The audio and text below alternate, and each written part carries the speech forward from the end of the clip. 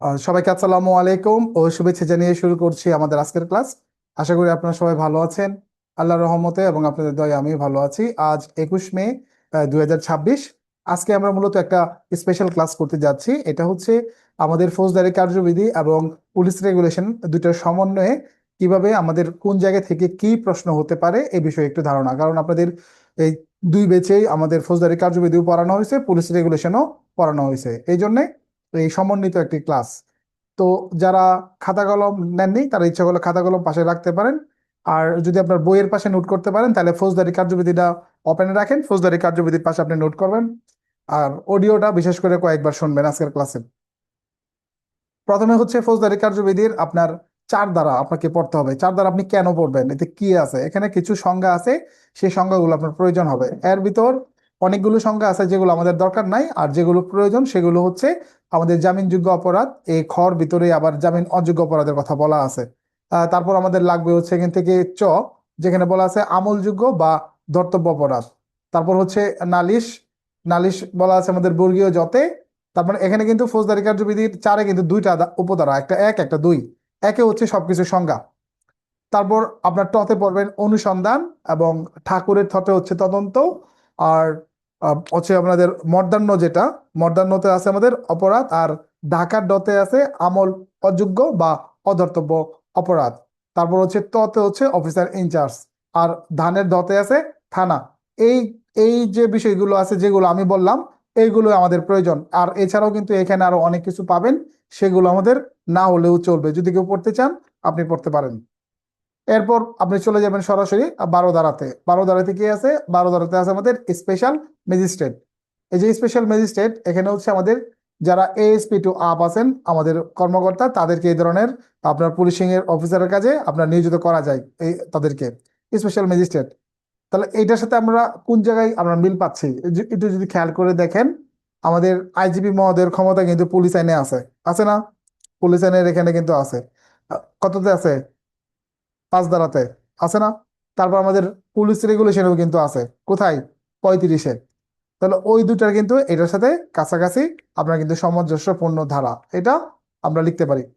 তবে আমরা যখন স্পেশাল ম্যাজিস্ট্রেট হিসেবে নিয়োজিত হব, পুলিশ অফিসাররা, তারা কিন্তু কখনো বিচারিক ক্ষমতা প্রয়োগ করতে পারবেন না। ভালো করে শুনেন, তাদের কাছে কিন্তু কোনো বিচারিক ক্ষমতা থাকবে না। তারা শুধুমাত্র আমাদের যে আমাদের যেই এই কাজগুলো আছে, যে ইনস্ট্যান্ট গ্রেপ্তার করার অর্ডার দেওয়া, তারপরে হচ্ছে আপনার ওই খুঁজে বের করা, সার্চ করা, যেগুলোর ক্ষেত্রে ম্যাজিস্ট্রেটের অনুমোদন লাগে, এগুলো আর লাগবে না, কারণ এই ক্ষমতাগুলো পুলিশ অফিসারের কাছে দেওয়া থাকবে। উদাহরণ হিসেবে বলতে গেলে মনে করেন অস্ত্র উদ্ধার, সংবাদ পাওয়ার পর যদি পুলিশ অফিসার অস্ত্র উদ্ধার করতে চায়, যত বড় র্যাঙ্কের পুলিশ অফিসারই হোক না কেন, তিনি অস্ত্র উদ্ধার করতে পারেন না, অ্যাকর্ডিং টু রুলস, অস্ত্র আইনের 25 ধারা। এই ক্ষেত্রে যেটা আছে, যদি ম্যাজিস্ট্রেট লাগে, তবে যখন এই 12তে আপনাকে ক্ষমতা দিবে স্পেশাল নির্বাহী ম্যাজিস্ট্রেট হিসেবে, তখন কিন্তু আবার আপনার জন্য ওয়ারেন্ট লাগতেছে না, কারণ আপনি তখন নিজেই নির্বাহী ম্যাজিস্ট্রেট। আপনার বিচারিক ক্ষমতা নাই, বাট নির্বাহী ক্ষমতা যেগুলো আছে এগুলো আপনি সব এখানে প্রয়োগ করতে পারবেন। এরপর আপনি চলে যাবেন সরাসরি 42 ধারাতে। সরাসরি 42-এ মাঝখানে যেগুলো গ্যাপ দিচ্ছি, এর আগেও আপনাদেরকে বলছি, বা আমার পিডিএফ এও দেওয়া আছে, ওইগুলো হচ্ছে এমসিকিউর জন্য। বাট রচনামূলকের ক্ষেত্রে এই যে আমাদের 42, 43, 44, 45 একটু যদি গভীরভাবে উপলব্ধি করেন যে এখানে আসলে কি বোঝানো হচ্ছে, এখানে কিন্তু একটা কম্বাইন করা হচ্ছে। কিরকম কম্বাইন? যেমন ধরেন পুলিশ, ম্যাজিস্ট্রেট, জনগণ, এই তিন শ্রেণীর আপনার মানুষজনকে কিন্তু এখানে একত্রিত করতেছে, তাই না? তাহলে দেখেন এখান থেকে কি ধরনের প্রশ্ন হইতে পারে। এখান থেকে প্রশ্ন হতে পারে আমাদের বিট পুলিশিং কার্যক্রম, এখান থেকে প্রশ্ন হতে পারে আমাদের কমিউনিটি পুলিশিং কার্যক্রম। একই সাথে পুলিশ আইনের সাথে কিন্তু এখানে একটা সম্পর্ক আছে, কোথায়? পুলিশ আইনের 17, 18, 19, 20 এই জায়গাগুলোতে কিন্তু আমাদের স্পেশাল পুলিশ সম্পর্কে আলোচনা করা আছে, তাই না? স্পেশাল পুলিশ, যেটা জনগণকে যখন পুলিশিং কার্যক্রমে নিয়োজিত করা হয়, তখন তাদেরকে স্পেশাল পুলিশ আপনার আখ্যায়িত করা হয়। তো এইটার সাথে এটার একদম সেম টু সেম যে কার্বন কপি তা না কিন্তু, বাট কার্যক্রমগুলো কিন্তু পরস্পর সাহায্য সহযোগিতা। এরপরও আমরা যদি পুলিশ রেগুলেশনের 356 দেখি, ওইখানেও কিন্তু দেখবো যে আমরা বিট, আমাদের যে প্রদক্ষিণ করা আছে, বা আমরা পাহারা দিব, এই বিষয়গুলো নিয়ে আলোচনা করা আছে।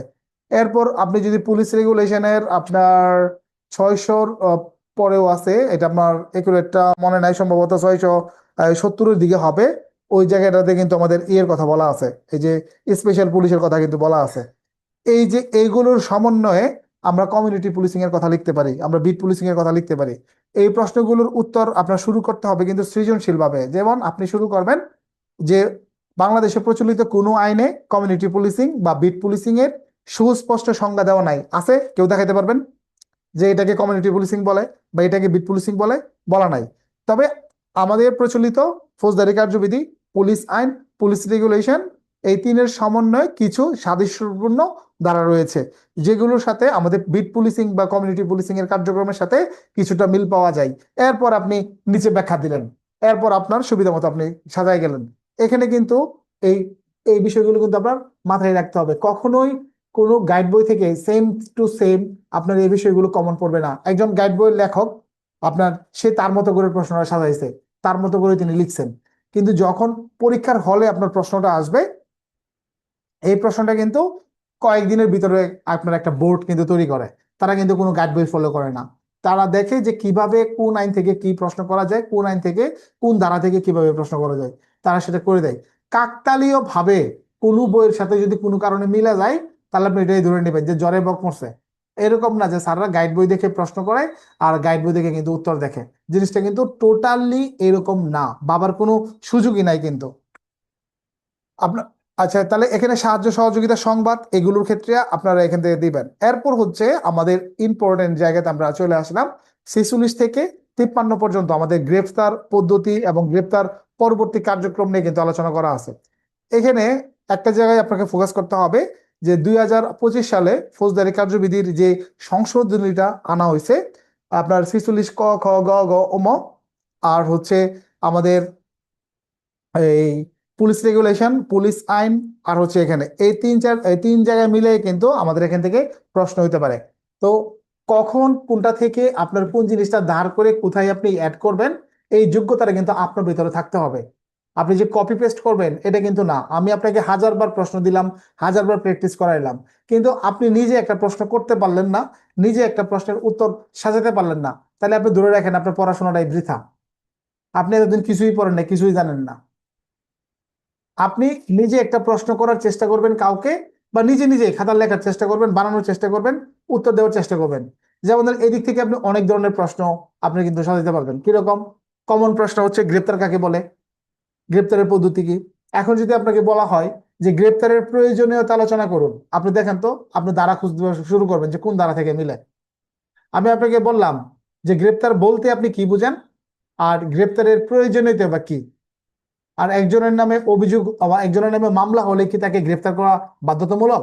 এই যে একটা সিম্পল কোয়েশ্চেন করলাম, এই সিম্পল কোয়েশ্চেনটা দেখেন তো কয়জনে আপনারা পারেন। একদম সিম্পল কোয়েশ্চেন, প্রথম অংশটা পারবেন, সংজ্ঞা লিখে বসে থাকবেন। গ্রেপ্তার বলতে কি বুঝুন আর গ্রেপ্তার কাকে বলে, দুইটার মাঝে কিন্তু পার্থক্য আছে। জানেন পার্থক্যটা কোথায়? যে কোনো প্রশ্নে সমন বলতে আপনি কি বুঝেন আর সমন কাকে বলে, দুইটার মাঝে পার্থক্য আছে। যে কোনো টপিকের উপরে যদি বলতে কি বুঝে, এটা এক উত্তর, আর আপনার হচ্ছে বলতে কি আপনার সরি কাকে বলে এটা এক উত্তর, আর বলতে কি বুঝেন এটা কিন্তু আরেক উত্তর। কাকে বলে এর মানে হচ্ছে সংজ্ঞা, জাস্ট এইটাকে এটা বলে, উত্তর শেষ। বলতে কি বুঝেন সংজ্ঞাও ইনক্লুড হবে, এর পাশাপাশি আর কি কি কার্যক্রম এটার আওতাভুক্ত হবে এই জিনিসটাও কিন্তু এখানে ফুটাই তুলতে হবে। তো এখানে যদি গ্রেপ্তার কাকে বলে এটা আপনার লিখতে হবে, আর যদি বলা হয় গ্রেপ্তার বলতে আপনি কি বুঝেন, সেটাই কিন্তু আপনার কিন্তু লিখতে হবে। এই প্রশ্ন না বোঝার কারণেই কিন্তু অনেকে ভালো মার্ক পায় না। আপনি মনে করেন যে একটু মিললো, বাস লেখা শুরু করে দিলেন না, একটু ভালো করে অ্যানালাইসিস করবেন।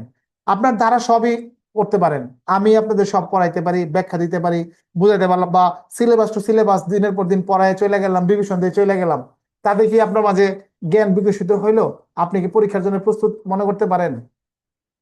আমি যদি এখন আপনাকে আপনারা বের করেন সিআরপিসির অমুক চ্যাপ্টার, অমুক ধারা থেকে অমুক ধারা, এই এই টপিক এইটা, কিন্তু এখান থেকে যদি আপনি জিনিসটা যদি উৎপত্তি করতে না পারেন, যেখান থেকে কি রকমের প্রশ্ন হতে পারে, কি কোয়ালিটির প্রশ্ন হতে পারে, এইটা আলোচনা করতে হবে। এখন আপনাদের মূল ধারা পড়ানো শেষ, শেষ না? এখন তো আমার কাছে কেউ ধারা ব্যাখ্যা চাইতে পারবেন না যে স্যার এই ধারায় কি আছে বলেন, কয়েকবার করে পড়াইছি, দিনে রাতে সকালে বিকালে পড়াইছি। এখন হচ্ছে আপনাদের সাথে বেশি আলোচনা হবে প্রশ্ন কিভাবে তৈরি করতে হয় এবং প্রশ্নের উত্তরগুলো আপনার কিভাবে লিখতে হয় এবং কিভাবে আপনি নিজে নিজে একজন শিক্ষকে পরিণত হবেন, এটা হলো আপনার কাজ। আপনি যদি মনে করেন একজন শিক্ষক হিসেবে নিজেকে বই প্রকাশ করতে না পারেন, সে যাই হোক আপনি যদি বই প্রকাশ করতে না পারেন তাহলে তো আপনি ব্যর্থ হলেন। এর মানে শিক্ষক মানে এই না যে আপনি কোচিং করায় আপনার খাওয়া লাগবে, জিনিসটা এরকম না কিন্তু। শিক্ষক বলতে আমি এখানে বুঝাইছি যে আপনি অন্য একজনকে প্রশ্ন ধরতে পারেন, সে উত্তর দিলে আপনি ভুলটা ধরতে পারেন, সঠিক হইলে আপনি তাকে মূল্যায়ন করতে পারেন। এই যোগ্যতাটা আপনার ভিতরে থাকতে হবে। যেমন এখানে গ্রেপ্তার কাকে বলে, ফৌজদারি কার্যবিধির বলেন বা অন্য কোনো আইন বলেন, গ্রেপ্তারের কেউ সংজ্ঞা দেখাইতে পারবেন? চ্যালেঞ্জ দিলাম, চ্যালেঞ্জ, যে গ্রেপ্তারের সংজ্ঞা কোথাও আছে? কোথাও নাই, কোথাও নাই। গ্রেপ্তারের কোনো সংজ্ঞা দেওয়া নাই, কোনো আইনে দেওয়া নাই। আমরা কিছুটা সাদৃশ্যতা পাই 46 ধারাতে, যেখানে বলা আছে যে আপনার মনে করেন যে কথায় বা কাজে কেউ আত্মসমর্পণ না করলে তার দেহ স্পর্শ করে আপনার গ্রেপ্তার কার্যকর করতে হবে। এরপরও কিন্তু বললো না যে গ্রেপ্তার কাকে বলে, লিখছে গ্রেপ্তার কার্যকর করতে হবে, ঠিক না? এখন গ্রেপ্তার গ্রেপ্তার যদি আপনার এখান থেকে প্রশ্ন আসে এটা, এবং গ্রেপ্তার সংক্রান্ত 2025-এর সংশোধনীতে কি কি ধরনের পরিবর্তন আনা হয়েছে, এই প্রশ্নটা যদি করা হয়, দেখেন তো কয়জন পারবেন? আটকে যাবেন। আপনি খোঁজা শুরু করবেন যে কোন প্রবিধানে কি বলছে, কোথায় কি বলছে, অথচ আপনি যদি প্রবিধানগুলো সিরিয়াল অনুযায়ী লিখতে চান, 46 ক খ গ ঘ উম, আপনি বলেন কতক্ষণ লাগবে লিখতে? আধা ঘন্টায় পারবেন কেউ? পারবেন? পারবেন না আধা ঘন্টায় লিখতে। তাহলে এই প্রশ্নটার উত্তর হবে আপনার মাত্র 10 মিনিট। গ্রেপ্তারের সংজ্ঞা এবং গ্রেপ্তারে কি কি সংশোধন আনা হয়েছে, 10 মিনিট টাইম। তার মানে পুরো টপিকটাই আপনার মাথায় থাকতে হবে কিরকম পরিবর্তন আনা হয়েছে। যেমন ধরেন গ্রেপ্তারের নতুন একটা রেজিস্টার রাখা হয়েছে, এটার জন্য একটা নতুন অফিসার মোতায়েন করা হয়েছে, আপনার ভিডিও কলের মাধ্যমেও আপনার ম্যাজিস্ট্রেটকে জানানো যায়, এগুলো পরিবর্তন না? ডিজিটাল বোর্ড আমাদের লাগাইতে হবে, এগুলো পরিবর্তন না? এগুলো তো পরিবর্তন। তারপর আপনার 12 ঘন্টার ভিতরে জানাইতে হবে, গ্রেপ্তারের সময় স্মারকলিপি তৈরি করতে হবে, এগুলো কি পরিবর্তন না? এগুলো কি আগে ছিল? আগে ছিল না। ভিতরে যা আছে সবই পরিবর্তন, সবই নতুনত্ব আনছে। এইভাবে সাজায় কিন্তু এখান থেকে আপনার কিন্তু আসতে পারে। প্রশ্ন হইতে পারে গ্রেপ্তার কাকে বলে, গ্রেপ্তারের আগে সময়ে পরে করণীয় কি? সারা জীবন পড়ছেন তল্লাশি কাকে বলে, তল্লাশির আগে সময় এবং পরে করণীয় কি? বা আগ্নেয়াস্ত্র, আপনার আগ্নেয়াস্ত্র বলতে কি বুঝেন যদি একটা প্রশ্ন করা হয়? দেখেন তো আগ্নেয়াস্ত্র বলতে কেউ পারেন কিনা? আগ্নেয়াস্ত্র, যে পারলে হাত তুললেন। আগ্নেয়াস্ত্র বলতে আপনি কি বুঝেন? তো আপনার এক্ষেত্রে আগ্নেয়াস্ত্র ব্যবহারের আগে সময় এবং পরে করণীয় কি? আগ্নেয়াস্ত্র ব্যবহারের আগে পরে সময় করণীয় কি? তাহলে এইটা কিন্তু আপনার এভাবে গুছায় লিখতে হবে। রেডমি 9 বলেন আগ্নেয়াস্ত্র কাকে বলে?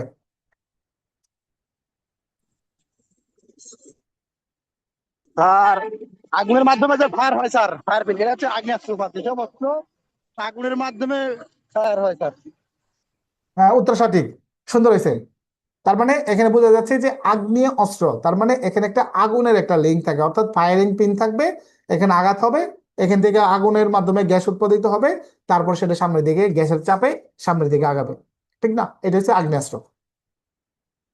তো আমাদের গ্রেপ্তার এই এই সেক্টরে একটু গুরুত্ব দিতে হবে। তারপরে গ্রেপ্তারের পদ্ধতি যদি চলে আসে, এখন আপনি কি লিখবেন?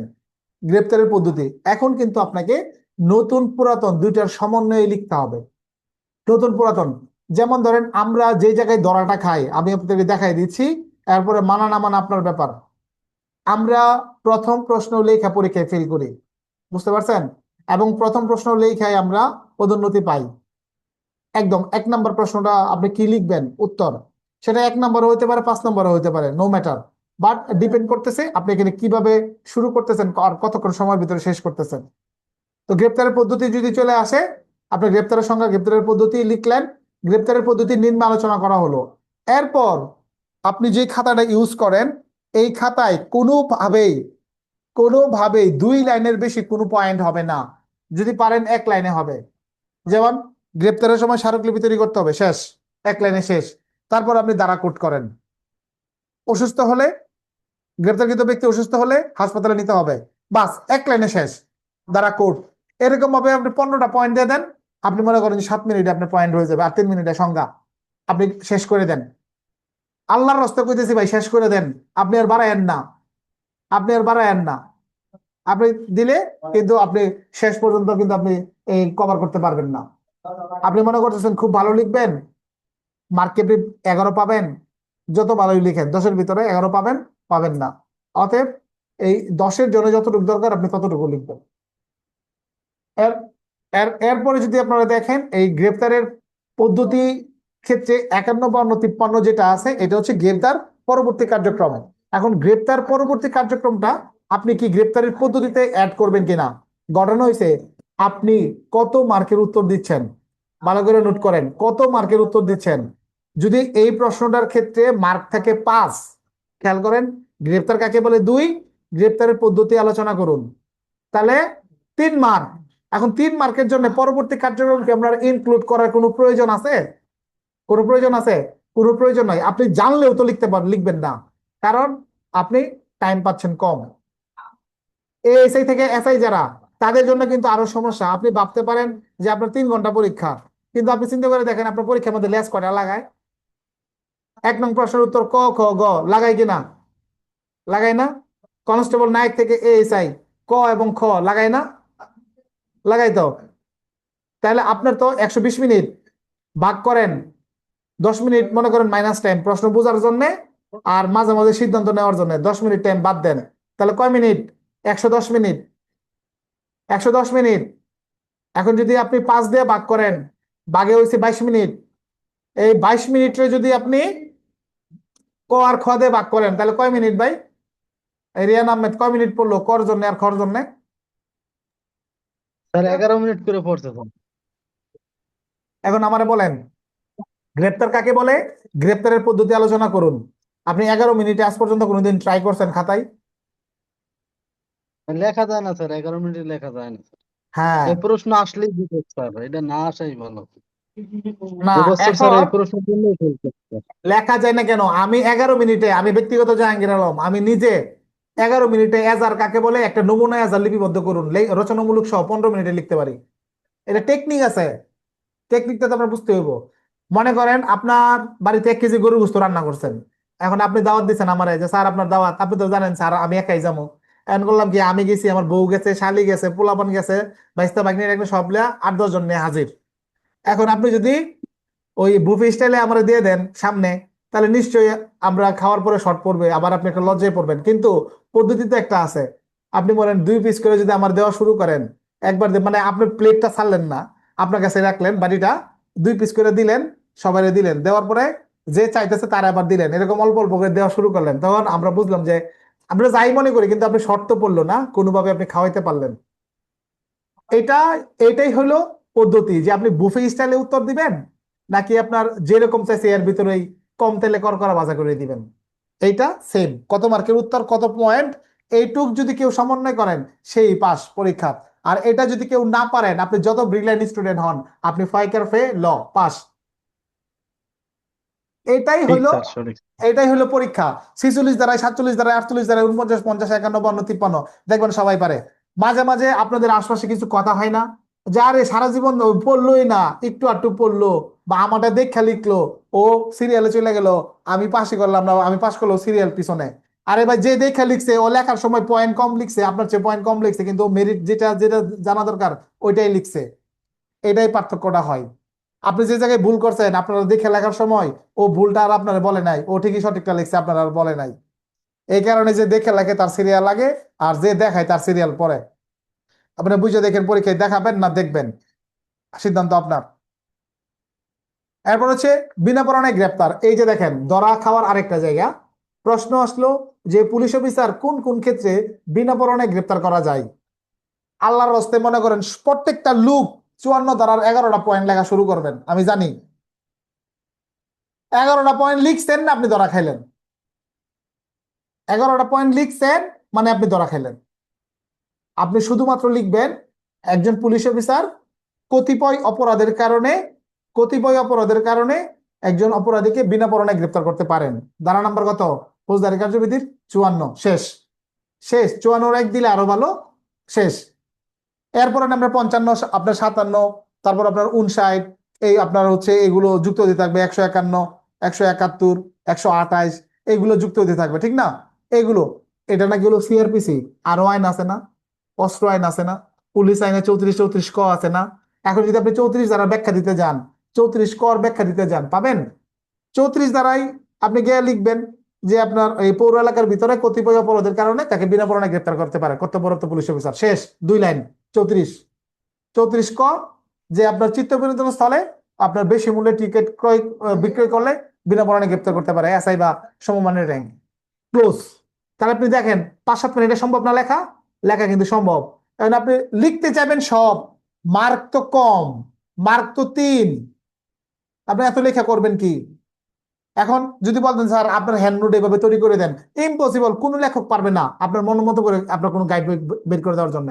গাইড বইয়ে অনেক বড় করে থাকবে প্রশ্ন, আপনি শিখবেনও বড় করে, বাট সিদ্ধান্তটা হবে পরীক্ষার হলে ওই 2 ঘন্টার ভিতরে।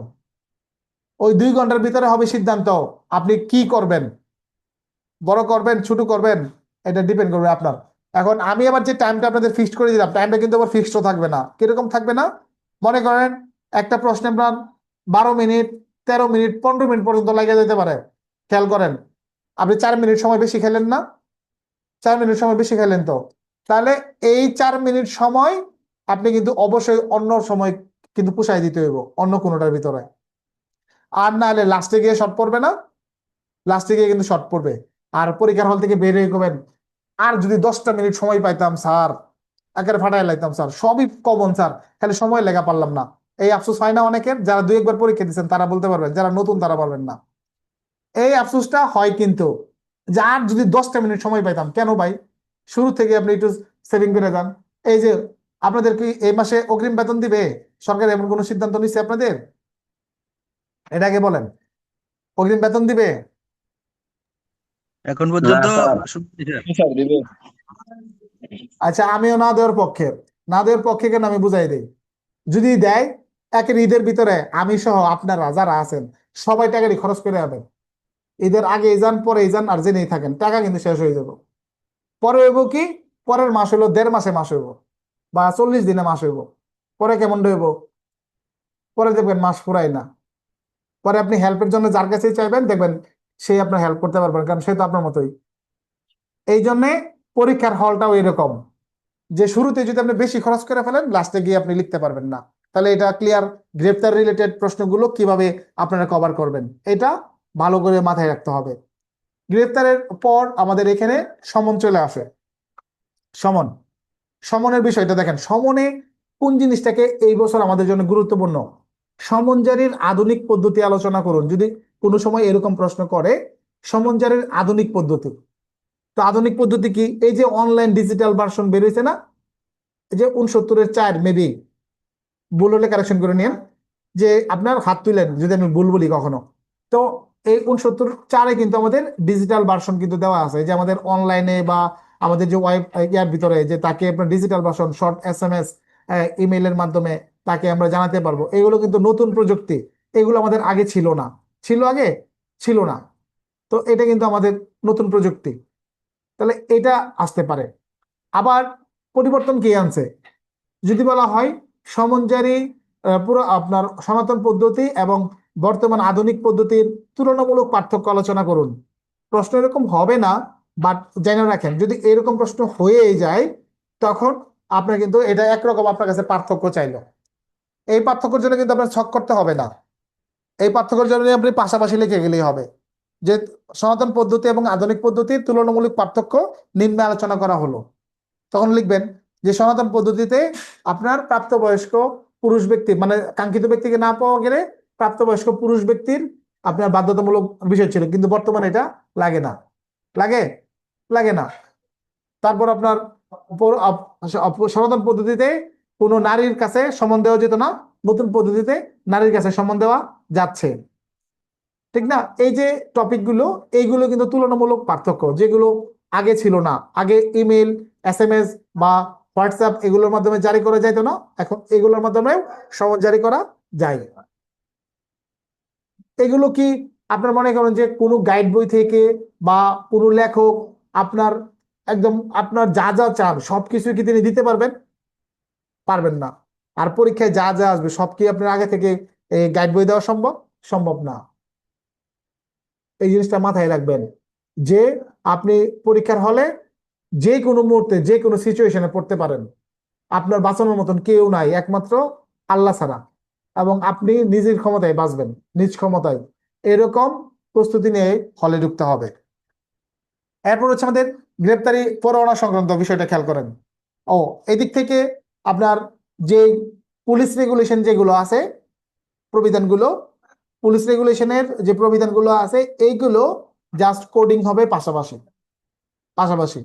এখন দেখবেন সেম টু সেম আপনার মিলবে না। যেমন অরেন তামিলের ক্ষেত্রে যদি আপনি এখানে আসেন, আপনার দেখবেন এই কত 400 এতে আছে না, 468, তারপর 315, এখানে আপনার অরেন তামিলের বিষয়গুলো আছে। তো এইগুলো পাশাপাশি আপনি যুক্ত করে দিবেন। সমনের ক্ষেত্রে যেটা আছে 471, এগুলো আপনি পাশাপাশি যুক্ত করে দিবেন। চলে আসেন গ্রেপ্তারি পরোয়ানা তামিল। গ্রেপ্তারি পরোয়ানা তামিল বলতে কি বুঝেন, তারপর আপনার গ্রেপ্তারি পরোয়ানা বলতে কি বুঝেন, তারপর হচ্ছে আপনার গ্রেপ্তারি পরোয়ানা তামিল পদ্ধতি নর্মাল কোয়েশন। এটা এটা হচ্ছে নর্মাল কোয়েশন। আপনার সৃজনশীল প্রশ্ন হতে পারে যে আপনার কাছে ওসি সাহেব একটা পরোয়ানা ইস্যু করলেন আপনার নামে, আপনি জানতে পারলেন অমুক আসামি পার্শ্ববর্তী থানা এলাকায় লুকায় আছে বা পার্শ্ববর্তী জেলায় লুকায় আছে, অথবা কোন স্থানের নাম বলে দিল যে আপনি অমুক থানায় কর্মরত আর আসামি আছে অমুক থানায়, তাকে কিভাবে আপনি গ্রেপ্তার করে বিজ্ঞ আদালতে সোপর্দ করবেন, বিস্তারিত আলোচনা করুন। আমি তাহলে মাথা চুলকাইবেন, স্যার তো কোনোদিন পড়াইলো না, স্যার কাছে হ্যান্ডনোট কিনলাম, হ্যান্ডনোটের মাঝেও নাই। আমার এটাতে আছে, বাট আমি বলতেছি আর কি যে নাই। আপনি কি উত্তর হবে যদি চিন্তা করেন? একদম ইজি বিষয়। ওয়ারেন্ট বাংলাদেশের যে কোনো স্থানে কার্যকর করা যায়, ওই ধারাগুলো আসবে। সৃজনশীল প্রশ্নের উত্তরটা ঠিক যেভাবে স্টার্ট করবে, সরি প্রশ্নটা যেভাবে স্টার্ট করবে আপনার উত্তরটাও ঠিক একইভাবে স্টার্ট করবে। এই ক্ষেত্রে উত্তর আপনি বড়ও করতে পারবেন, ছোটও করতে পারবেন। বড় করার পদ্ধতি শুনে রাখেন। যদি আপনি মনে করেন আপনার সক্ষমতা আছে বড় করার, তাহলে আপনি বড় করেন যে আলোচ্য প্রশ্ন অনুসারে আমি অমুক থানায় কর্মরত ড্যাশ ড্যাশ ড্যাশ ড্যাশ, এটা এইভাবে আমি নিম্নলিখিত ভাবে কার্যক্রম গ্রহণ করবো, তখন কিন্তু এই লেখাটাই অনেক বড় হয়ে গেল। আর যদি শর্ট করতে চান, আলোচ্য প্রশ্ন অনুসারে আমি নিম্নলিখিত ব্যবস্থা গ্রহণ করব, শেষ, শর্ট। কারণ লাস্টের দিকে সময় আছে কম, মনে করেন এটা তো প্রস্তুতি রাখতে হইব। যদি সময় আমি ফাইসেই যাই, কেমনে বাঁচবো? তখন সময় বাঁচানোর পদ্ধতি হলো এটা, যে নিম্নলিখিত ব্যবস্থা গ্রহণ করব 1 2 3 4 5 6 7 8 9, এভাবে আপনি 8-10টা পয়েন্ট দিয়ে দিলেন, আপনার মোটামুটি কভার করবে। তো গ্রেপ্তারি পরোয়ানার ক্ষেত্রে এটা জানবেন। এখন গ্রেপ্তারি পরোয়ানা কত প্রকার, বা নির্দিষ্ট কোনো জায়গা থেকে কেউ দেখাইতে পারবেন না যে গ্রেপ্তারি পরোয়ানা আসলে কত প্রকার। এক এক দিক থেকে বিচার করলে এক এক রকম পরোয়ানা। যেরকম আপনি যদি মামলার দিক থেকে চিন্তা করেন, তাহলে জিআর মামলার ওয়ারেন্ট, সিআর মামলার ওয়ারেন্ট, অর্থাৎ জিআর ওয়ারেন্ট, সিআর ওয়ারেন্ট। আপনি যদি আরেক অ্যাঙ্গেলে চিন্তা করেন, নর্মাল ওয়ারেন্ট আর সাজা ওয়ারেন্ট। আপনি যদি আরেক দিক দিয়ে চিন্তা করেন, আমলযোগ্য ওয়ারেন্ট, আমলযোগ্য অপরাধের ওয়ারেন্ট, আমলের অযোগ্য অপরাধের ওয়ারেন্ট। বিপরীতে যদি আপনি আবার চিন্তা করেন এই ওই এর কথা, মানে জামিনের কথা, জামিনের দিক থেকে চিন্তা করলে আবার দুই রকম, জামিন যোগ্য ওয়ারেন্ট, জামিন অযোগ্য ওয়ারেন্ট, ঠিক না? জামিন অযোগ্য ওয়ারেন্ট। তো এরকম কিন্তু আমাদের বিভিন্ন অ্যাঙ্গেলে প্রশ্ন হতে পারে। এখন আসলে আমরা অনুসরণ করব কোনটা? কারণ এক এক স্যারের কাছে শুনলে আমরা এক এক রকম বুঝি। আর স্যার তো এখন অভাব নাই, তো মোটামুটি মনে করেন সেঞ্চুরি ক্রস। তো দেখা গেছে যে এই যে মতবাদ শোনার পরে মাথাটা আসলে ঘুরে, যে কারটা আমরা বিশ্বাস করবো, কারটা বিশ্বাস করবো, স্বাভাবিক বিষয়। এই ক্ষেত্রে আমি কখনোই বলি না যে আপনারা আমারটা বিশ্বাস করেন। আপনার পরীক্ষার খাতায় যেহেতু লিখতে হবে, আপনার একটা রেফারেন্স সহ তো লিখতে হবে, তাই না? তো এই রেফারেন্স সহ লিখতে গেলে আমরা কৌশলগতভাবে যে জামিনযোগ্য গ্রেপ্তারি পরোয়ানা এবং জামিন অযোগ্য গ্রেপ্তারি পরোয়ানাটা আমরা ফৌজদারি কার্যবিধি 75 এবং 76 থেকে মোটামুটি একটু আলাদা করতে পারি। যেমন 75-এ যেটা আছে এটা হচ্ছে জামিন অযোগ্য, আর 76-এর যেটা এটা জামিন যোগ্য, কারণ এটাতে লেখা থাকে যে জামিন দেওয়া যাবে। এটা আমরা মোটামুটি করতে পারি। আরো দিক থেকে যদি আমরা খুঁজি, আরো আছে। যদি কেউ আপনার লেখেন যে এছাড়াও আপনার সাজা ওয়ারেন্ট আছে, জরিমানা ওয়ারেন্ট আছে, জরিমানা ওয়ারেন্ট এরকম আছে, এগুলো যদি কেউ লিখতে পারেন আপনার জন্য ভালো, আপনার জন্য ভালো। তো প্রশ্ন হতে পারে যে এখতিয়ারের বাইরে আপনি যখন ওয়ারেন্ট তামিল করবেন সেক্ষেত্রে আপনি কি করবেন? পদ্ধতি দুইটা আছে। একটা হলো গ্রেপ্তার করে আপনি নিয়ে আসতে পারেন, আবার গ্রেপ্তার করে আপনি ওই এলাকার কোর্টের কাছে রেখে আসতে হবে। কখন সেটা? যখন সেটা 20 মাইলের অধিক দূরত্বে আপনার দূরবর্তী স্থানে হবে, এবং ওইখান থেকে যদি তাদের কোর্টটা কাছে হয় তাদের এখানে আপনার আসামি রেখে আসতে হবে। এই বিধানটা আমরা মোটামুটি সবাই জানি। এরপরে যদি আপনি দেখেন আমাদের হুলিয়া, হুলিয়া কাকে বলে, হুলিয়া জারির পদ্ধতি, এটা আমাদের আসতে পারে পরীক্ষায়। এটা নর্মাল কোয়েশ্চেন, এটা আমরা 87 দ্বারাই জানি। ক্রোকি পরোয়ানা বলতে কি বুঝেন বা ক্রোক বলতে কি বুঝেন, এবং এই ক্ষেত্রে পদ্ধতি, ক্রোকি পরোয়ানা পদ্ধতি। আর হচ্ছে যে এই যে সমন, গ্রেপ্তারি পরোয়ানা, হুলিয়া, ক্রোক, এই চারটার ক্ষেত্রে একটা প্রশ্ন হতে পারে এরকম যে এটা বলতে কি বুঝুন, এই ধরনের কোনো ওয়ারেন্ট বা পরোয়ানা থানায় আসার পর, থানায় আসার পর গৃহীত কার্যক্রমগুলো আলোচনা করুন।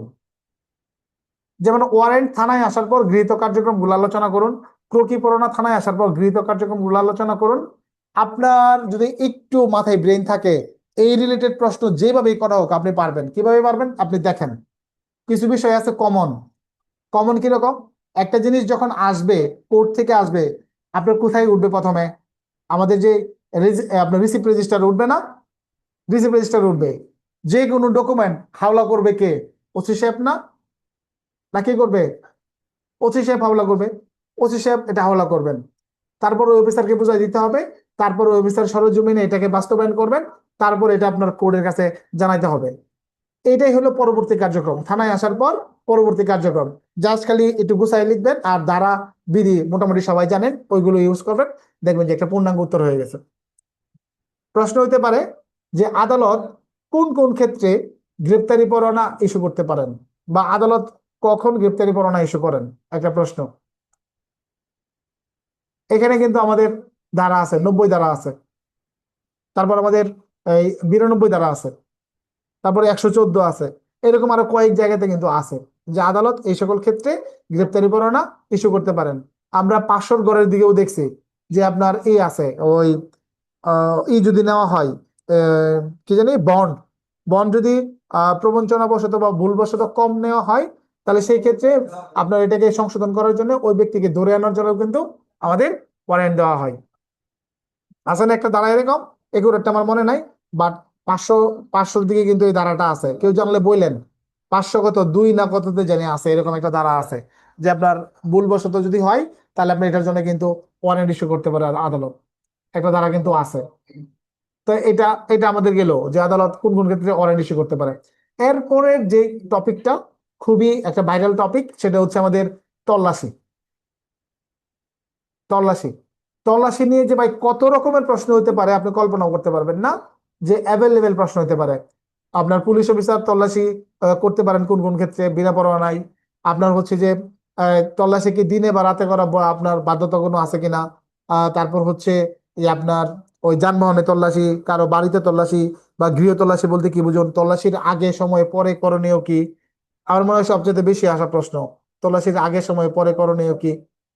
এরপরে আপনার কোন কোন ক্ষেত্রে আদালত তল্লাশি পরোয়ানা ইস্যু করতে পারেন, পুলিশ অফিসার কি তল্লাশি পরোয়ানা ইস্যু করতে পারেন কিনা, আপনার মতামতের সপক্ষে যুক্তি দেখান। এরকম প্রশ্ন কিন্তু আসতে পারে। তো দেখেন তো, সবকিছু আপনার পারেন না, পারেন কিন্তু। বা তল্লাশির মৌলিক পদ্ধতি সমূহ আলোচনা করুন। তো তল্লাশির মৌলিক পদ্ধতি কোনটা? 102, 103, ফৌজদারি কার্যবিধির 102, 103 গ্রেপ্তারের মৌলিক পদ্ধতি। আপনি ওয়ারেন্ট সহই করেন আর ওয়ারেন্ট ছাড়াই করেন, 102 আর 103 আপনার মানতেই হবে। 102, 3 আপনার মানতেই হবে। ফৌজদারি কার্যবিধি 102, 3 মানা বাধ্যতামূলক। তো এই এই ক্যাটাগরির প্রশ্ন হতে পারে। এখন ধরেন আপনার একটা প্রশ্ন হতে পারে যে চেকপোস্ট যে আছে, চেকপোস্ট, চেকপোস্টে আপনাকে এতজন অফিস কনস্টেবল সহ আপনাকে মোতায়েন করা হইলো, আপনি চেকপোস্টে আগত গাড়ি এবং সন্দেহভাজন ব্যক্তিদের আপনি তল্লাশি করা শুরু করলেন, তল্লাশি করা শুরু করলেন। এই বিষয়ে, এই বিষয়ে তল্লাশি যে আপনি করতেছেন, কাউকে গ্রেপ্তার না করে আপনি তল্লাশি করতেছেন, এই ধরনের আইনের, এই ধরনের কার্যক্রমের আইনগত ব্যাখ্যা আলোচনা করুন। দেখেন তো আপনার কোনো আইনে স্পষ্টভাবে উল্লেখ আছে কিনা, কোথাও উল্লেখ নাই।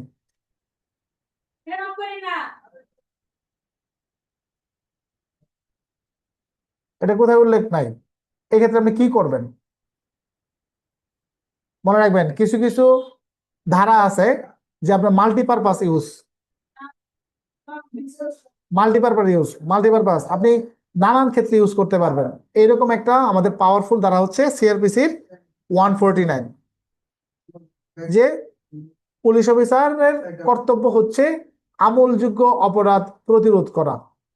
প্রত্যেক পুলিশ অফিসারের কর্তব্য আমলযোগ্য অপরাধ প্রতিরোধ করা, মানে আপনার সাধ্য মোতাবেক যত ধরনের ক্ষমতা আছে সব ক্ষমতা প্রয়োগ করে আপনি আমলযোগ্য অপরাধ প্রতিরোধ করবেন।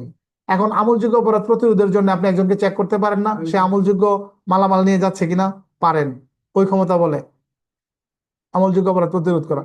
আপনার সামনে যদি কোনো কিছু হইতে দেখে একজন মানুষকে আপনার ই করে, তখন আপনি তাকে বাঁচাতে পারেন আমলযোগ্য অপরাধ প্রতিরোধ করার জন্য। কারণ একজন মানুষ খুন হইতে পারে, আপনি তাকে জীবন বাঁচাতে পারেন কোন ক্ষমতায়, এই 149। তো এরকম কিছু ধারা আছে আমাদের মাল্টিপারপাস, যেমন ধরেন প্রবিধানের 118 আছে মাল্টিপারপাস ইউজ, পুলিশ আইনের 23 আছে মাল্টিপারপাস ইউজ, আমাদের পুলিশ রেগুলেশনের 213 আছে, পুলিশ আইনের 24 আছে। এগুলো হচ্ছে আমাদের মাল্টিপারপাস, আপনি বিভিন্ন জায়গায় এগুলাকে ইউজ করতে পারবেন। পুলিশ রেগুলেশনের 260 আছে, আপনি বিভিন্ন জায়গায় আপনি এগুলোকে ইউজ করতে পারবেন।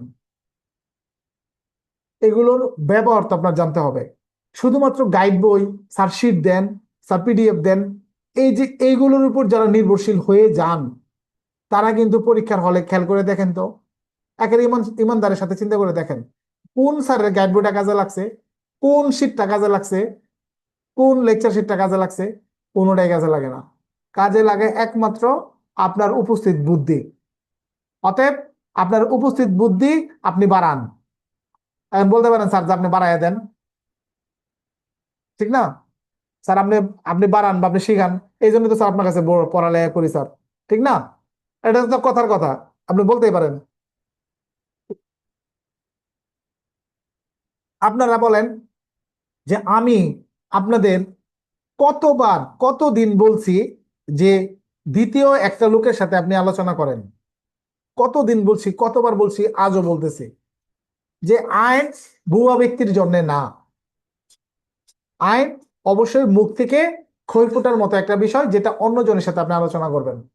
আইনে আপনার অসাধ্য বলে কোনো কিছুই নাই, পারবেন না এমন কোনো কিছুই নাই।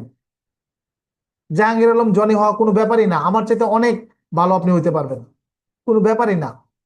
শুধুমাত্র লজ্জা শরমটা একটু কমান, লজ্জা শরমটা একটু কমান। অন্যজনে শুনলে কি করব, মাইন্ড করব, সিনিয়ররা দেখলে কি করব, হ্যাঁ, বা ঘরে যদি পড়ালেখা করেন বউ বাচ্চা দেখলে কেমনে মুখ দেখামো, বা চাকরি বেশি দিন হয়ে গেছে এখন পড়লে কেমন লজ্জা লাগে, বা জুনিয়ররা এএসআই এসআই আপনি এখন কেমনে পড়েন। এই যে লজ্জাগুলো, এগুলো কমাইতে হবে। জ্ঞান অর্জনের কোনো আপনার লিমিটেশন নাই। কারণ আমি তো মনে করেন যে আর একাডেমিক পড়ালেখার আমার সুযোগ নাই। এরপরেও আমি পিএইচডি এমফিল করার জন্য ঢাকা ইউনিভার্সিটি গেছিলাম, কিন্তু আপনার ওই এলএলবি অনার্স না থাকার কারণে, এলএলবি নর্মাল থাকার কারণে আমাকে নেয় নাই। আমি সবকিছু শো করছিলাম, তারা সবকিছু দেখছিলেন, জব পার্টিকুলার সবই দেখছিলেন, কিন্তু আমাকে রিজেক্ট করে দিয়েছে আমার সার্টিফিকেটের কারণে। এলএলবি অনার্স থাকলে কোনো পূর্ণাঙ্গ ইউনিভার্সিটি থেকে তাহলে আমাকে তারা নিত, এমফিল করার জন্য সুযোগ দিত একজন প্রফেসরের আন্ডারে। আমি অনেক রিকোয়েস্ট করছিলাম, অনেকভাবে হাতে মানে ফিজিক্যালি খালি পায়ে ধরা বাকি রাখছি। পরে বলতেছে দেখেন আমাদের বিশ্ববিদ্যালয় প্রশাসনে এরকম কোনো সুযোগই নাই, যদি কোনোভাবে সুযোগ থাকতো আমি আপনাকে একজন স্যারের আন্ডারে ট্যাগ করতাম, কিন্তু এটা কোনোভাবেই সম্ভব না। আইন অনুষদে গিয়ে আমি অনেক ট্রাই করছি, আমার এতটুকু মানে ইচ্ছা আগ্রহ পড়ার জন্য এখনো, কিন্তু আমার সুযোগ নাই, আমি পারছি না। আর প্রাইভেট বা বিভিন্ন জায়গায় অনলাইনে নিলে ওইগুলো সার্টিফিকেট এমফিল বা পিএইচডি বাতিল করে দিব কিছুদিন পরে, ভালো জায়গা থেকে না নিলে, ঠিক না, বাতিল করে দিব। এই জন্য কিন্তু আমি আর সামনে আগাইলাম না। আমি ভাবতেছি মোটামুটি এখানে মনে হয় স্টপ। তো সামনে আগানোর চিন্তা যদি আপনার না থাকে, আল্লাহ কিন্তু আপনার সামনে আগাবে না। এরপরে মনে করেন আপনার শান্তি রক্ষা মুসলেকা, সদাচরণের মুসলেকা, দেখেন এখান থেকে কি প্রশ্ন হইতে পারে, প্রকারভেদ। তারপরে হইতে পারে মনে করেন যে আপনার ওই আহ, কিভাবে একজন ব্যক্তির কাছ থেকে আপনার মুসলিকা নেওয়া হয় তার পুরো প্রসেসটা বা প্রক্রিয়াটা আলোচনা করুন। একেবারে সেই 120 পর্যন্ত আলোচনা আছে। বা আপনি অমুক, আপনি আপনার নাম এটা, আপনি অমুক গ্রামের বাসিন্দা, প্রতিবেশী অমুক আপনার নামে শান্তি ভঙ্গের একটি মামলা করলেন, আপনার পুলিশ অফিসার আপনার কাছে নোটিশ দিয়ে গেলেন। এখন আপনি বিজ্ঞ আদালতে হাজির হয়ে আপনার সপক্ষে কিভাবে যুক্তি উপস্থাপনের মাধ্যমে আপনি মুচলেকা দেওয়া থেকে অব্যাহতি পেতে পারেন। এখন যদি এই প্রশ্নটা পরীক্ষায় আসে, এই প্র- এই প্রশ্নটা আসে, বলেন তো উত্তর এই মুহূর্তে কে আছেন? আমি যে প্রশ্নটা করলাম যে আপনি অমুক জেলার অমুক গ্রামের বাসিন্দা, আপনার নামে আপনার প্রতিবেশী একটা মামলা করছে, পুলিশ অফিসার আপনাকে একটা নোটিশ দিয়ে গেল, এই নোটিশের আলোকে আপনি বিজ্ঞ আদালতে হাজির হয়ে কিভাবে আপনি মুচলেকা দেওয়া থেকে অব্যাহতি পেতে পারেন, পুরো প্রসেসটা আলোচনা করুন। পারবেন? জাহিদ হাসান হাত তুলছেন, পারবেন? চেষ্টা করি স্যার। না, চেষ্টা করা লাগবে না, আমি জাস্ট এখন নিব না, জাস্ট আমি আপনার কনফিডেন্স লেভেলটা জানতে চাচ্ছি পারবেন কিনা। জি স্যার। আচ্ছা, অব্যাহতি নেওয়ার সিস্টেমটা শুধু একটু বলেন যে কিভাবে অব্যাহতি পাইতে পারেন, যে আপনি মুচলেকা দিবেন না, সেটা কখন? স্যার মুসলেকা হয়তো অব্যাহতি, হ্যাঁ, স্যার মুসলেকা হয়তো অব্যাহতি দেওয়ার জন্য স্যার ওই থানায় আদালতে হাজির হওয়ার পরে স্যার কারণ দর্শাবে না, সরি স্যার ওই করবে না, মানে সেই যে মুসলেকার জন্য যাকে কারণ দর্শানোর নোটিশ দেওয়া হয়েছে সেই ব্যক্তি সেই কাজ করবে না, যে এই কাজ করা তো এই কাজ করো তো এটা করবে না, তো সেইটার বিরুদ্ধে তিনি আবার আদালতে হাজির হয়ে সেই আদেশের বিরুদ্ধে কারণ দর্শানোর জন্য তিনি যেই যুক্তিতর্ক উপস্থাপন করবেন, আদালত সেটা নিয়ে সাক্ষ্য গ্রহণ করবেন। সাক্ষ্য গ্রহণ করার পরে তার যদি সন্তুষ্ট হয় তাহলে তাকে সেখান থেকে অব্যাহতি দিবেন। কারণ স্যার সে যদি যুক্তিতর্ক আহ, ধন্যবাদ জাহিদ, অনেক সুন্দর। আর ধন্যবাদ জাকিরকেও। অর্থাৎ জাহিদে কিন্তু 99% সঠিক উত্তর দিছে, ঠিক আছে, আরেকটু হয়তো সংশোধন করে লেখার সময় সে সে লিখে ফেলতে পারবে। এই যে প্রসেসটা, প্রশ্নটা ধরে ফেলতে পারা এবং সেটার উত্তর কোট করা, এটাই কিন্তু আসল পরীক্ষার্থীর কাজ। প্রশ্ন কোট করতে হবে, প্রশ্ন কোট করে আপনার সাথে সাথে ঝটপট উত্তরের জন্য লিখে ফেলতে হবে। একটু ঘুরে আসলে যেন আপনার আমারে স্মরণ করা না লাগে, বুঝছেন? যে বা পরীক্ষার হল থেকে যখন বের হবেন তখন যেন আমার 14 গোষ্ঠী উদ্ধার না হয়, যে কই পড়লাম সারাটা বছর, শুধু শুধু টাকাগুলা দিলাম, লস হইলো, এর সাথে নিজে নিজে পড়লেই ভালো ছিল, বা অমুক স্যারের কাছে পড়লেই ভালো হতো। আপনি যেই স্যারের কাছেই পড়েন, কোন স্যারই পরীক্ষার হলে আপনার খাতায় লিখে দিবে না। দিবে? কোন স্যার লিখে দিবে আপনার পরীক্ষার খাতায়? স্যার আইসা, স্যারের কাছে হাজার হাজার ছাত্র, স্যার, স্যারের কাছে হাজার হাজার ছাত্র, তো স্যার তো ওই ছাত্ররাই চিনে না। আর আপনার মনে করেন যে সবাইকে কি চেনা সম্ভব? চেনা সম্ভব না, স্বাভাবিকভাবে চেনা সম্ভব না। সেক্ষেত্রে আপনার খাতায় লিখে দিব তো দূরের কথা, কারণ একজন স্যার একই সময়ে একজন ছাত্রের খাতায় লিখে দিতে পারে, আর কোনো ছাত্র খাতায় লিখে দিতে পারে না। বিষয়টা 100% অসম্ভব। সাক্ষ্য হয় না কয় দাঁড়ায়?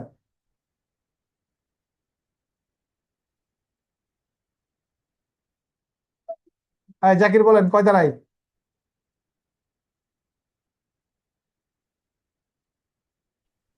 স্যার আমি শুনতে পাই না প্রশ্নটা, আবার একটু বলেন স্যার।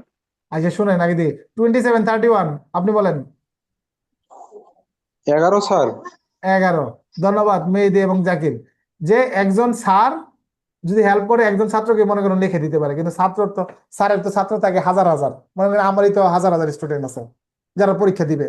তো এই ক্ষেত্রে আমি একজনকে হেল্প করলাম, বা মনে করেন এটা তো অসম্ভব একটা বিষয়, বাট আমরা একটা উদাহরণ দেওয়ার জন্য বুঝাইতেছি যে শক্তিটা কার কাছে থাকতে হবে? শক্তিটা আপনার নিজের কাছে থাকতে হবে, শক্তিটা নিজের কাছে।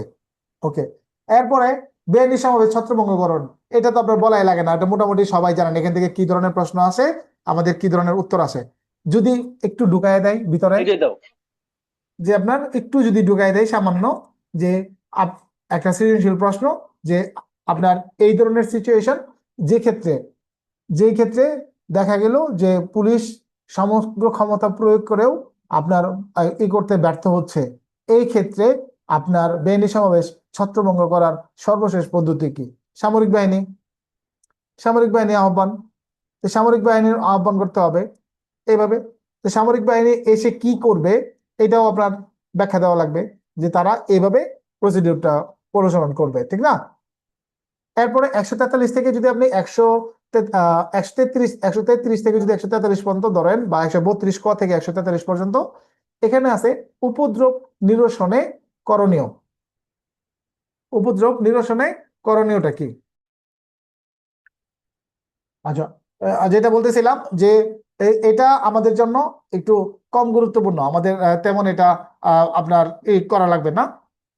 আর যারা মনে করেন যে রিস্ক নিতে চান না, তারা সেক্ষেত্রে এটা পড়তে পারেন। 144 দ্বারা, এটাও আমাদের সেম ক্যাটাগরি, দেখবেন প্রথম দিকে আপনার হয়তো মাথাটা হ্যাং হয়ে যাবে যে এই বিষয়গুলো আপনি আহ পারতেছেন না বা বুঝতেছেন না। যারা বুঝেন না প্রথম দিকে, আপনি প্রথম দিকে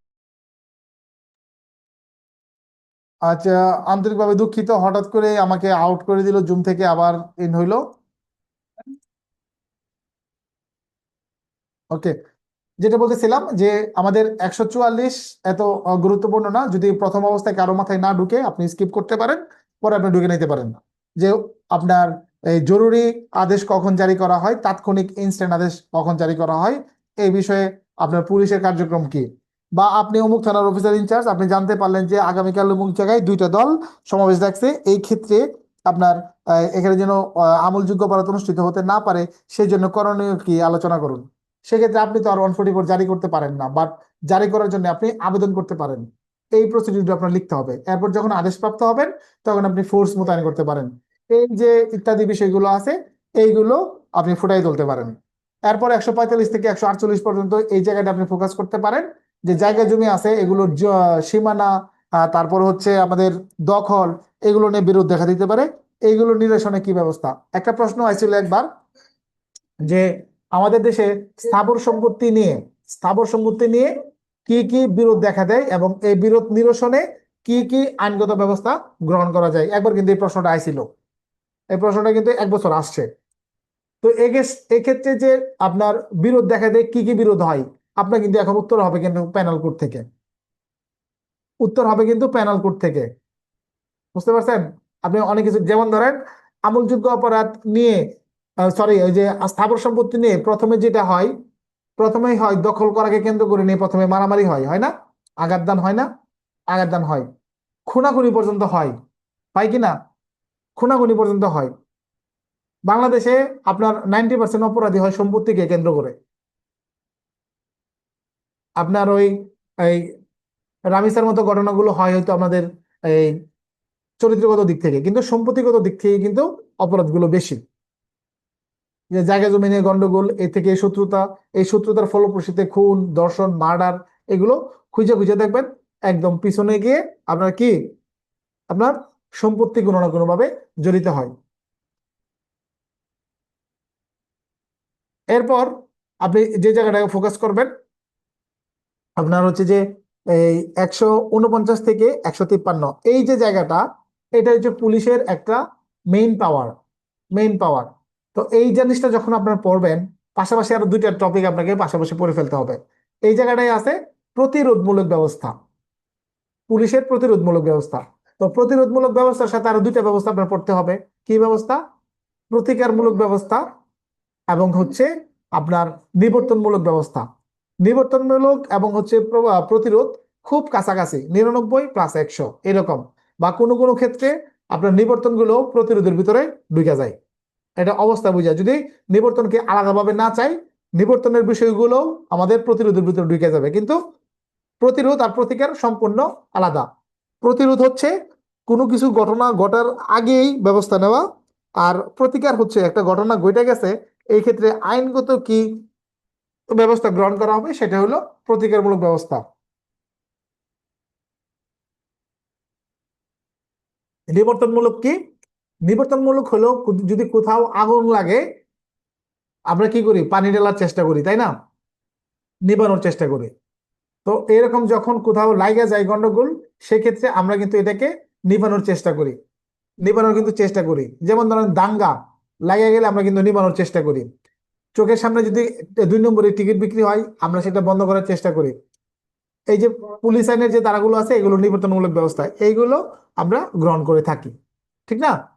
এগুলো নিবর্তনমূলক ব্যবস্থা। এখন এগুলোকে আবার প্রতিরোধের সাথে অ্যাড হয়ে যাবে, যখন আপনার নিবর্তন আলাদাভাবে না চাইবে, তখন নিবর্তনের গুলো কোনোভাবে আপনার এই প্রতিরোধের ভিতর কিন্তু অ্যাড হয়ে যাবে। এই জন্য দেখবেন অনেক ক্ষেত্রে দুইটাকে এক করে লিখছে।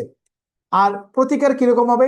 প্রতিকার হচ্ছে একটা ঘটনা ঘটে গেছে, মনে করেন একটা মার্ডার হয়েছে, এরপর প্রতিকারমূলক ব্যবস্থা কি? প্রথম প্রতিকারমূলক ব্যবস্থা হলো মামলা রুজু করা, দ্বিতীয় প্রতিকার ব্যবস্থা আসামি গ্রেপ্তার করা, তারপর রিমান্ডে আনা, তারপর হচ্ছে আপনার তদন্ত করা, তারপর হচ্ছে চার্জশিট বা ফাইনাল রিপোর্ট যেটা হয়েছে আপনার প্রতিবেদন দাখিল করা। এগুলো হয়েছে প্রতিকারমূলক ব্যবস্থা।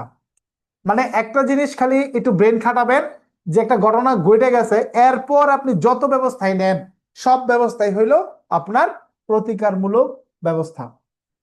আমরা যে রাত্রেবেলা টহল ডিউটি করি, কি ব্যবস্থা বলেন? প্রতিকার না প্রতিরোধ? আমরা যে রাত্রেবেলা টহল ডিউটি করি, কি ধরনের ব্যবস্থা এটা? প্রতিকার না প্রতিরোধমূলক ব্যবস্থা? জাহিদ বলেন। স্যার এটা প্রতিকার স্যার। প্রতিকার। রুবেল হোসেন বলেন, আপনার যে এই রামিসাকে হত্যা করছে এটার পরে যে সাথে সাথে মামলা রুজু করা, প্রতিরোধ স্যার। এটা এটা কি ব্যবস্থা? কোনটা স্যার? যেটা রামিসা? রামিসারে হত্যার পরে যে আপনার মামলা নেওয়া হয়েছে, এটা কি ব্যবস্থা? এটা প্রতিকার স্যার, আর যেটা ডিউটি বললেন ওটা হলো প্রতিরোধ। বাস। ধন্যবাদ জাকির হোসেন, সম্রাট, খুরশেদ, মাহমুদুল হাসান সহ আজ যারা হাত তুলছেন 2731 সবাইকে। তাহলে আমরা তো বুঝে গেছি, এই জায়গাটা ক্লিয়ার। এখন যদি দেখেন আমাদের এই মামলা রুজুর যে প্রসিডিওরটা, মামলা এজাহার, কত ধরনের যে প্রশ্ন হইতে পারে কল্পনারও বাইরে। প্রবিধান 243 সাথে অবশ্যই অবশ্যই পড়বেন। 243, 245, 246 সাথে পড়বেনই। 247 এগুলো পড়বেন প্রবিধান। কি জন্যে? আপনার মামলা রুজু, পরে মামলা রুজুর পর তদন্ত, এবং হচ্ছে আদালত কর্তৃক যে প্রদত্ত যেই আদেশ, এই বিষয়গুলো এটার সাথে জড়িত, এগুলো আমাদেরকে পড়তে হবে। এগুলো যখন আপনারা পড়বেন, আপনার মোটামুটি সবকিছুই পেয়ে যাবেন। যেমন এজাহার কাকে বলে, কোনো আমলযোগ্য অপরাধের সংবাদ থানায় আসলে করণীয় কি, আপনি ডিউটি অফিসার, আপনি অমুক থানার ওসি, আবার আপনি মনে করেন যে কর্তব্যরত টহল অফিসার, ড্যাশ ড্যাশ ড্যাশ, এরকম নানান ধরনের উদাহরণ দিল। আপনার কাছে আমলযোগ্য সংবাদ আসলে আপনি কি করবেন? কি করবেন? তখন থানার ভিতরে যদি থাকেন, প্রথম কাজ হইলো মামলা রুজু করা। আর যদি টহল এলাকায় থাকেন, প্রথম কাজ হইলো ঘটনা বুঝে ইনস্ট্যান্ট আসামি গ্রেপ্তার করা, আলামত উদ্ধার করা, অথবা ধরেন আপনার ওই যে মালামাল উদ্ধার করা, এগুলো ঘটনা বুঝে, কিন্তু ঘটনা বুঝে, তাই না? এটা বুঝে আর কি এই ব্যবস্থা নেওয়া। তো এই টপিকগুলো মাথায় রাখতে হবে। এবং হচ্ছে যে এই ক্ষেত্রে আপনার প্রবিধানের 243 আজকে সকালে মনে হয় পড়াইছি, আজকে সকালের ক্লাসে, তাই না? প্রবিধান 243 আজকে সকালের ক্লাসে পড়াইছি। রেকর্ডিং যারা শুনছেন তারা জানেন যে একটা প্রবিধান থেকে না হলেও 7-8 রকমের প্রশ্ন করা যায়। এটাই হলে প্রবিধান নাম্বার 243। গুজবের কি ব্যবস্থা, আপনার টেলিফোনে প্রাপ্ত সংবাদের কি ব্যবস্থা, সত্যতা যাচাইয়ের জন্য কি ব্যবস্থা, ওসি সাহেব বিরত থাকতে পারেন কিনা এই ব্যবস্থা, তারপর আপনার হচ্ছে ছিঁড়ে ফেলা যায় কিনা বা বাতিল করা যায় কিনা, ঠিক না? কত নম্বর বিবি ফর্মে লিপিবদ্ধ হবে, এইরকম অসংখ্য অসংখ্য অসংখ্য প্রশ্ন কিন্তু এখানে আছে। যারা আইন পড়েন আপনাদের একটা নির্দেশনা থাকবে, একটা খাতা ইউজ করবেন আপনারা। একটা ধারা, এটার পিছনে আপনি নোট করবেন যে এই একটা ধারা আপনি পড়লেন, বুঝলেন, এখান থেকে কি কি প্রশ্ন আসলে করা যেতে পারে, নিজে একটু ট্রাই করবেন। এমন কোনো পরীক্ষা নাই যে কোনো প্রশ্ন আপনার 100% আপনার কমন পড়বে না। 100% কমন পড়বে। আপনি দেখবেন আপনার তৈরি করা প্রশ্নগুলোই আপনার পরীক্ষায় চলে আসে। আমি বলে দিলাম তো, আমার হ্যান্ড নোট থেকেও আসবে না, আমারই থেকেও আসবে না, আপনার তৈরি করা প্রশ্নগুলোই দেখবেন পরীক্ষায় আসে, আপনি যদি এই নিয়মটা ফলো করেন। আপনার এই দেখবেন ঢাকা ইউনিভার্সিটি সহ অন্যান্য পূর্ণাঙ্গ ইউনিভার্সিটির স্টুডেন্ট গুলো আপনার বিসিএস এ চান্স পায় বেশি, অন্যান্য ইউনিভার্সিটি থেকে দেখবেন যে চান্সটা কম পায়, বা ধরেন আপনার প্রাইভেট ইউনিভার্সিটির পোলাপান চান্স কম পায়। কিন্তু কেন? ঢাকা ইউনিভার্সিটির প্রশ্ন আপনার যে স্টুডেন্ট, আপনার দেখলে মনে হবে যে ওরা তো খালি আড্ডাই মারে বা আন্দোলন নিয়ে ব্যস্ত, রাজুর ভাস্কর্য নিয়ে ব্যস্ত, আর হচ্ছে টিএসসি চত্বরে চা খাওয়া নিয়ে ব্যস্ত। কিন্তু বিসিএস এর সময় তো তারাই আপনার ভালো রেজাল্ট করতেছে, তুলনামূলক সংখ্যাগত দিক থেকে যদি বিবেচনা করেন আর কি। এর পিছনে রহস্যটা কি? রহস্যটা হলো গ্রুপ স্টাডি। এখানে ব্যাপক পরিমাণ গ্রুপ স্টাডি হয়। তারা যখন বিসিএস ক্যাডার হবে, এই স্টুডেন্ট গুলোই আলাদা। এরা দেখবেন যে আপনার ভার্সিটিতে ভর্তি হওয়ার ফার্স্ট ইয়ার বা সেকেন্ড ইয়ার থেকে কিন্তু তারা ওই টার্গেটে ঢুকে যায়, তারা ওইরকম প্রস্তুতি নেওয়া শুরু করে। আমাদের ভিতরে দেখবেন যারা টপ রেজাল্ট করে, ভালো রেজাল্ট করে, তাদের কিন্তু লক্ষণ আলাদা, তাদের লক্ষণ কিন্তু আলাদা। তারা দেখবেন জাতের মাতাল তালে ঠিক, দেখবেন সব তালেই আছে, কিন্তু পড়ালেখা কোনোভাবেই অফ করে না। এই যে ঈদ আসতেছে না, আপনারা তো পড়ালেখা অফ করে ফেলবেন, পড়াশোনা তো আপনারা অফ করে ফেলবেন, কিন্তু যার টার্গেট এই যে পরীক্ষা, সে পড়াশোনা অফ করবে না, সে চালায় যাবে। আপনাদের এখান থেকে পড়াশোনা চালিয়ে যাওয়ার জন্য আমি বিনীতভাবে অনুরোধ করব। আজকে যে পর্যন্ত আমরা স্পেশাল ক্লাস করলাম, এই যে এজাহার পর্যন্ত থাকবে, এরপর আর একটা স্পেশাল ক্লাসের মাধ্যমে একদম লাস্ট পর্যন্ত কি কি লেভেলের আর প্রশ্ন হয় সেটা। তো এই পর্যন্ত যে আলোচনা করলাম, প্রশ্নের কোয়ালিটিটা বা কি রকম প্রশ্ন হতে পারে বা কিভাবে আপনার প্রশ্নগুলোর উত্তর আপনার গঠিত হতে পারে একটু ধারণা হয়েছে না? ধারণা হয়েছে। আমাদের প্রত্যেকটা মাইনর একটি থেকেও আমাদের এভাবে আলোচনা করা হবে, এবং প্রত্যেকটা ধারা ধারা অনুযায়ী আমরা যখন এই যে মূল ধারাগুলো পড়ানো শেষ হয়ে যাবে, শেষই তো, আর মনে করেন কয়েকটা বিষয় আছে, এগুলো পড়ানোর পরে আমাদের কমপ্লিট। প্যানেল কোডটা শেষ হলে রাতের 9টার বেঁচে কমপ্লিট, এরপর 10টার বেঁচে প্যানেল কোড পড়ালেই আমাদের ফুল কোর্স কমপ্লিট। আর সকালে যারা ভর্তি হয়েছেন তারা তো সকালের বেস থেকে তো কভার করেই নিতে হবে, প্লাস অ্যাপস থেকে আপনারা কার্যক্রম নিতে হবে। অ্যাপস এর থেকে অটো লগ আউট হয়ে যেতে পারে অনেকের, অটোমেটিক লগ আউট হয়ে গেলে আপনার এটা আবার কিন্তু পাসওয়ার্ড দিয়ে ঢুকবেন, আর পাসওয়ার্ড ভুলে গেলে রিসেট দিয়ে আপনারা ঢুকে যাবেন। ঠিক আছে? কারো কোনো আছে, জিজ্ঞাসা আছে? এই পর্যন্ত যা বললাম এই পর্যন্ত। মামুন বলেন। জিজ্ঞাসা বলতে আমার সাধারণ একটা মতামত। আজকে যে ক্লাসটা নিয়েছেন স্যার, ধারার উপরে সাধারণ মানে প্রশ্ন তৈরি করা, আমার মনে হয় কি স্যার এভাবে নিলেই হয়তো আমরা ভালো রেজাল্ট করা যায়। ধারা স্যার অনেকেই আমরা পারি, কিন্তু প্রশ্ন না বোঝার কারণে কিন্তু স্যার ফেল গুলো করি। হুম। আপনার এখন যে ছাত্রগুলো আছে স্যার, আপনি জিজ্ঞান ধারা প্রত্যেক জনে প্রত্যেকটা ধারা উত্তর দিতে পারবে, কিন্তু স্যার একটা প্রশ্ন করলে তখন তাকাই থাকতে হয়, কারণ আমরা প্রশ্ন বুঝি না। আমার হ্যাঁ, মনে হয় স্যার সমস্যাটা এভাবেই হইতেছে। এখন আপনার এখানে আরো একটা আমি চিন্তা করতেছি যে আপনাদের ক্ষুদ্র ক্ষুদ্র গ্রুপে আমি ভাগ করব আপনাদের, এবং ক্ষুদ্র ক্ষুদ্র বা ধরেন আপনি 8-10টা গ্রুপে ভাগ করব আপনাদের সবার লিস্ট করে, যে আপনার চাকরির বয়স অনুযায়ী এই যে আপনার এইভাবে আপনি সিরিয়াল করে গ্রুপ করে দিব। সেই গ্রুপগত বিষয়ে একটা প্রতিযোগিতা থাকবে, এরকম একটা টেকনিক আমার মাথায় আছে, যে এইটা আমরা চালু করার আমার চিন্তা ভাবনা আছে, যে গ্রুপ ভিত্তিক। তাহলে এটার একটা প্রতিযোগিতা বাড়বে আর কি। আর যেটা হলো কথা, মামুনের প্রেক্ষিতে আরেকটা কথা আমি বলি, সেটা হলো মামুন, মনে করেন আপনার কাছে এই কিছু আমি দিলাম, ওই ধরেন ডাটা বীজ, ডাটা মানে মানে ময়মনসিংহ এর ভাষায় যেটা বলে ডেঙ্গা আর কি, ডাটা যেটা কিনে আমরা সবজি খাই। তো ডাটা বীজগুলো যখন দেওয়া হলো আপনাকে রোপণ করার জন্য বলা হইলো, তো একটা শক্ত মাটি, আপনি কি শক্ত মাটিতেই এই ডাটাগুলো বুনে দিবেন নাকি কোনো পদ্ধতি গ্রহণ করবেন মামুন? পদ্ধতি গ্রহণ করবো স্যার। কি পদ্ধতি বলেন? আগে মাটিটা করব মানে আমাদের এদিকে বরিশালের ভাষায় বলে স্যার, ওইটা আমরা আগে ভাঙিয়ে নেব, মাটির একটা হ্যাঁ, দিকে সরিয়ে কুবাইবেন, নেব, মানে তারপর কুবাইবেন নরম আর কি, করব। কুবাবেন। জি জি। তো এবার কুবায় গুঁড়া করব, তারপর স্যার যদি পানি দিতে হয় পানি দেব, এরপরে দেখা যায় বীজ রোপণ আগাছা করবো আগাছা এরকম। পরিষ্কার করবেন না? অবশ্যই। আগাছা পরিষ্কার করবেন, এরপর সার হচ্ছে দিব আপনি তারপরে ধীরে ধীরে। বীজ ছিটাবেন। বুঝছেন তো? হ্যাঁ। এটুক তো বুঝছেন। এবার তাহলে আমার যুক্তিটা শোনেন। আমি যদি আপনাদের সবগুলো আইন না পড়ায়া শুরুর দিনই বীজ লাগানো শুরু করতাম, তাহলে যখন এই প্রশ্নগুলোর উত্তরের দিক থেকে ধারণা দিতাম বা বোঝানো শুরু করতাম, যারা আইন পড়া আছে তারা বুঝতেন, কিন্তু যারা নতুন তারা কি বুঝতো মামুন?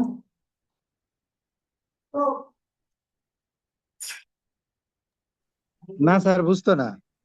এই জন্য আমরা তো এখন সব পড়ে নিছি, এখন আমরা এই চর্চাটা করব, এবং আমাদের যখন শেষ হয়ে যাবে, তো আমাদের তো ধরেন সেপ্টেম্বর অক্টোবরে পরীক্ষা, আমরা লাস্টের দিকে গিয়ে তো আর আমাদের ধারা পড়ানোর কিছু নাই, শুধুমাত্র পড়া পরীক্ষা, পড়া পরীক্ষা, পড়া পরীক্ষা, এই পদ্ধতি হচ্ছে একদম পরীক্ষা পর্যন্ত চলমান থাকবে। বুঝতে পারছেন? আমি মানে আমি ধারণা করি স্যার, আমি ফেল করি শুধু প্রশ্ন না বোঝার কারণে। আপনি না, এই এই এটা ফেল করে 100% স্টুডেন্টই এই কারণেই প্রশ্ন। আর ফেল তো কেউ না কেউ করতেই হবে, সবাই পাস করলে সবাই র্যাঙ্ক লাগালে আপনার চলবে? আপনার দিতে পারবে কর্তৃপক্ষ সবাই পাস করলো মনে করেন? এমনি তো দিতে পারে? দিতে পারবে না তো। জনবল না হইলে তো আর সবাই র্যাঙ্ক পাবে না, পাবে? ফেল তো আমরা যতই পড়ি, মনে করেন এই 30,000 লোক পরীক্ষা দিলাম, 30,000 লোকই মনে করেন এক্সপার্ট। এখন আপনি দেখেন, যখন সবার খাতায় খুব ভালো লিখছে, তখন কর্তৃপক্ষ খাতাটা হার্ড করে দেখবে না? তখন কর্তৃপক্ষ কিন্তু খাতা হার্ড করবে। তখন হার্ড করতে গেলে ওই ফিল্টার হয়ে কিছু লোক ফেল করবে ভালো লেখার পরেও, কারণ একটা স্ট্যান্ডার্ড। পুলিশ লাইনে যখন পুলিশের লোক নিয়োগ করা হয়, আপনার কি মনে হয় 5 ফুট 6 নিচে যারা, কিছু আবার লোক আছে যারা যায় মাঠে, যেমন আমার আপন ভাগিনা 5 ফুট 7 ইঞ্চি, আমিও মাপছি 5 ফুট 7 ইঞ্চি, কিন্তু সে দুইবার পুলিশ লাইনে মাপে থেকে বাদ পড়ে। কয় মামা তুমি মাপো 5 ফুট 7, কিন্তু আমার দুইবারই বাদ দিল, আমি নাকি 5 ফুট 6 হয় না। আমি তার ভিতরের কথা কইতে পারি না যে বাবারে যদি 5 ফুট 6 একুরেট নিতে হয়, তাহলে মাঠে যেগুলা গেছে সবগুলারে নিতে হইব, কিছু লোক তো কমাইতে হইব। এই জন্য কিন্তু আপনার একটু বাড়াই দেয়, কারণ আমি তো নিয়োগে ছিলাম, অনেক কম হলেও 10টা নিয়োগে ছিলাম সরাসরি জড়িত। তো এই ক্ষেত্রে এই পদ্ধতিটা ঠিক না, এরকম একটা স্ট্যান্ডার্ড আপনার সব জায়গায় রাখতে হয়। ধন্যবাদ সবাইকে, অসংখ্য ধন্যবাদ। আবার দেখা হবে। আল্লাহ হাফেজ।